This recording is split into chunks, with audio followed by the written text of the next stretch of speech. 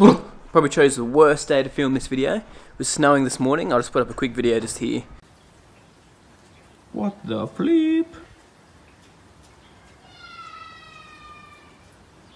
Random kid in the background getting excited. Stuff, it's cold. I was going to do a video on something on the lawn today, but probably not. So let me just show you guys some real mower basics and show you how real mowers work, eh?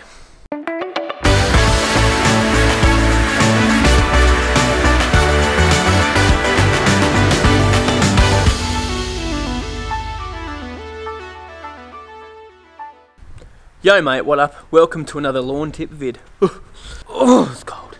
Alright, let's just get the mower out of the shed and I'll bring it over to the little alfresco-y thing. It's not supposed to be this cold yet. It's still autumn. We normally don't get snow until late June. Alrighty, let's grab this bad boy out and show you how it works, eh?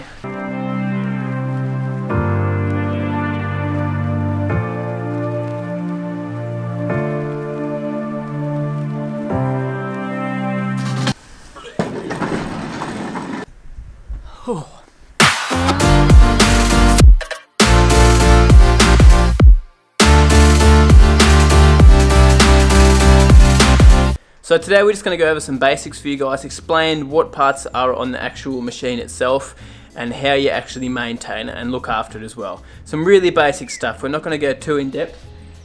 It's basically for the guys that are looking to get one or want to know how to maintain their mower. So first things first, the most important thing, a part of your reel mower is basically going to be your actual cylinder or your reel, which is just here. So that's our reel just there, which mine needs a clean real bad. I was supposed to clean it last time, but I was in a rush after I mowed last time. That's disgusting. So that is your reel or your cylinder just there. So that reel there in particular I actually got from allmowerspares.com.au. I got that reel sent to me. Really happy with it. It's a 12 blade reel. The reason I've gone so many blades on that reel is because you get more cuts per meter. So I'm going to be able to get my lawn nice and low with that reel there. Now if you had a taller lawn, like say 1 inch to 2 inches, you could probably go with less blades. You'd go from 6 blades to 8 blades, even 10 blades, and you'd still be fine. If you want to get lower, I'd recommend getting something with more blades. Now next thing is the bed knife or the bottom blade. People call it different things, so let's get in here. Let's just flip the mower back. So that's the bed knife just there. So obviously your reel spins against that and then cuts your grass there. So you have your contact point obviously there all throughout the blade and the reel. Alright, so every single reel mower is going to be a little bit different. I work with toros and stuff at work. Really love the way toros are set up. These are going to be similar, but there's a couple of differences like your height adjustment and your reel to bed knife adjustment as well. But let me just show you on this mower where your height adjustment is. So this here is a little height adjustment here, and that's basically going to move that roller just here either up or down. So the higher up it goes, obviously the lower your cut's going to be. The lower down it goes, the lower your cut's going to be. So next I'll just show you the rear roller, which is going to be at the rear of the mower. So that's our rear roller just there. You see how it's split into two? That's basically so when we go to turn, you see how one's turning and one's not? That means we can get our turns nice and easy. Now it's ribbed like that, so we actually get some traction when we're going uphill and stuff. If you find one that's not ribbed like that and you live on a property that has a bit of a slope or something, look for something that has that or some rubber on the back of it. So this beautiful front roller that I've got here is not the original one that I actually had in it. I'll get this one from a guy called George at Scott Bonnar Fabrication Parts, I'm pretty sure it is. I'll link the page anyway in the description and I'll put a little screenshot up just here. But really, really good quality roller for your mower. And I've got a little bracket with it as well. But he makes heaps of parts for the mowers actually. As you can see, I need to replace my little thrust pad just here because it's melted away. So I bought one and I'm going to put that on soon. But mate, if you've got a little Scott Bonnar, check out George. Last thing I'll show you on this mower is basically where you adjust the reel to the bed knife. So if you ever look just here, every mower is going to be different like with this as well. You can adjust them slightly differently, but it's the same concept with all of them. So as you can see here, we've got a little screw here, which then attaches down to this little housing just here, which actually moves your reel up and down. So that when you're moving it down, that's bringing it down to the bed knife to get your cut nice, and when you're bringing it up, that's obviously going to take it away from the bed knives now. So basically, generally, when you do the screw up, it's going to bring the reel up. When you undo it, it's going to bring the reel down. Alrighty, so just a couple of important tools you need to adjust this. The most important one is obviously going to be your Phillips head flat blade screwdriver, and obviously a socket or a wrench or something just to undo your locking nuts there. So I've got some paper here as well. So basically the paper is going to help us determine if the mower is actually cutting or not. So let me just show you how we start to do that process. Now, obviously every single reel mower is going to be a little bit different, but it's going to be a very, very similar concept. I've worked on quite a few reel mowers just because I work on a golf course and we adjust those pretty much every day to get them cutting well. So let me just show you on these little Scott Bonners or rovers or proteas how you actually adjust the reel to your bed knife. So first things first, we want to actually make sure that our mower is cutting paper. So we check by getting a piece of paper obviously and just slicing it. See, that's not cutting in the middle there. And that side is not cutting either. So what we're going to have to do is adjust that reel down here, down to the bed knife a little bit more. So this side's cutting, so I'm going to say that we're going to have to adjust this side down just a little smidge, just that side there. First thing is first, we undo this little nut here, which is what has the housing in there, just in here. So that's just undoing the locking nut on there, which then we have our adjustment here for that. Remember, righty tighty, lefty loosey. Don't forget the basics. Oh, come on, what? It's a bit tight. Just loosen it off, don't get too excited. Make sure you do both sides, not just one side, or you'll be in trouble. Hey. So, this is the one we've got to adjust here. So remember, if I'm going to turn it to the right, that's actually going to bring the reel up. So you want to turn it to the left to bring the reel down. So you only do little minuscule amounts at a time. So I'm going to guess it's only going to be a slight turn to get this fixed. And so we turn to the left. Just a smidge, nothing at all. Alrighty, so this side here was cutting, remember? And it still is. Now the middle, yoo, and the right hand side.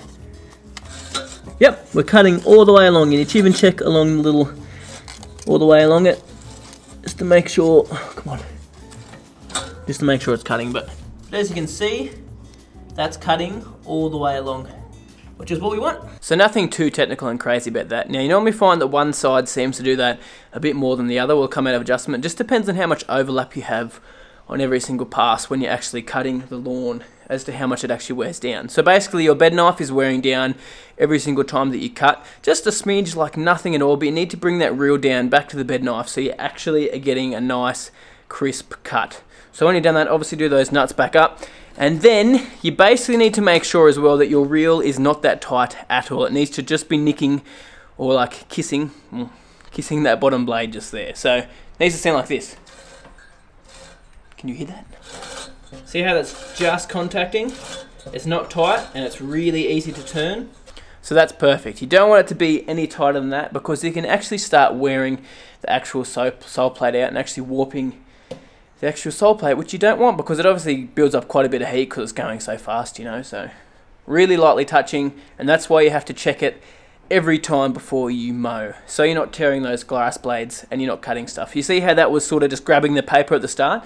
If that's doing that on your lawn, you're going to get a funny look on your lawn and it's just going to tear those grass blades a little bit.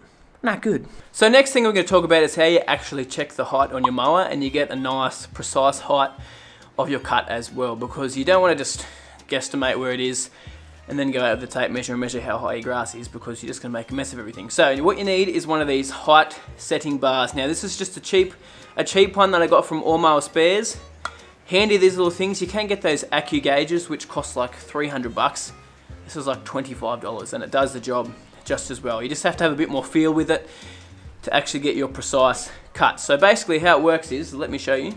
So that's your bar there. So basically the bar's that length because it's going to sit hard up against the front roller and the rear roller. And so basically this little bolt just here with the nut on top, well, the head on top, sorry, is actually going to go up in the bed knife so you can actually feel in there. I'll give you an example right now. So you can see here how the head is slotted on top of the bottom blade there, or the bed knife, whatever you want to call it. You do what you want with it. It's sitting up against it there.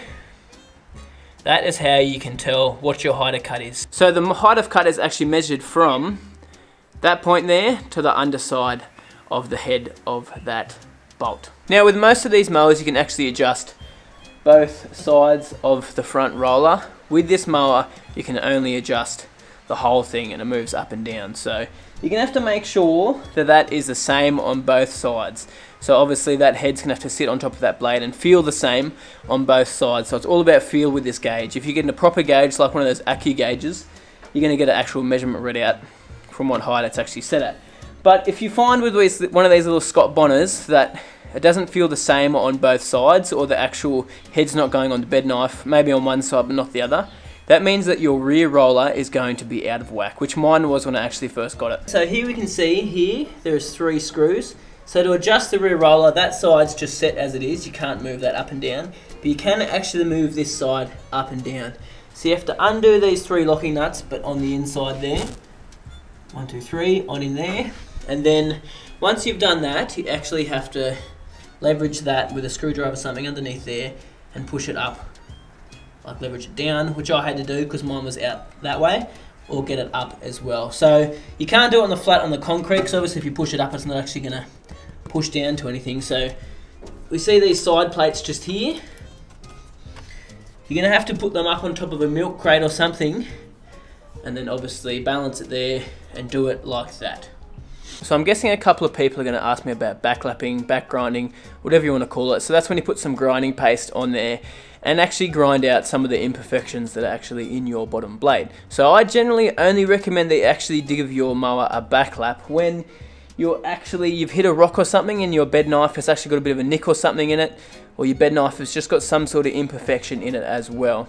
Generally just bringing it down and making it cut paper is going to be good enough. Now if you find yours isn't cutting paper and your bed knife, your reel to your bed knife is actually sitting pretty perfect, that's maybe when it's time to give it a back grind to extend it between actually grinds from when you send it away to a shop. Yeah, I might do a grinding video in the future, a backlapping video, sorry, showing you how to actually sharpen it if I actually hit any stones or anything.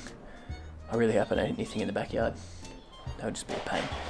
But yeah, I generally don't recommend you do it because there's no need to if it's still going to be cutting paper. Now, if you haven't actually got a reel mower or a cylinder mower, whatever you want to call it, and you're looking at getting one, you've never used one before and you don't know how to set one up, etc., I'd recommend getting something like a little Scott bonnar or a rover, just to start you out, a second-hand one, because the price point's pretty good. You're probably looking at about $500 to $700 for one of those there at the moment. The market's changing at the moment. It's going up and down. It's going crazy. This one cost me $500, but then I bought obviously that new reel and that front roller as well. So a little bit of extra money on top, but really, really good product. So yeah, if you're looking at getting a new one, go check out All Mower Spares because they have quite a few new ones on there. They have the Proteas, which is the newer version of these, and they have the swardman mowers as well, which are pretty cool. Alrighty guys, so as always, if you have any questions on any of that, make sure you chuck them in the comments below and I will try to get to them. Now remember, I'm not a pro mechanic or anything like that, so I know a little bit about these, but I'm not an absolute professional when it comes to setting these up and maintaining them. I just know how to do the simple things with them. But anyway, thank you so much for watching guys. The yard's going pretty well still. I put some liquid iron down again a couple of days ago. Check out last week's video if you know what I'm talking about. But all the seeded patches are starting to actually match up in colour as well, which is pretty exciting. But anyway, so that's about it. Thank you so much for watching guys. Subscribe if you haven't already. Like this video if you learned something new and if you enjoyed it, and you have a good week. Oh man, absolutely freezing. At least the snow stopped now. Stopped. Actually, I'd probably prefer it to snow if it's this freezing. Blech. But anyway, I probably shouldn't be outside in my slippers walking on the grass. What a loose cannon. Hear that smush?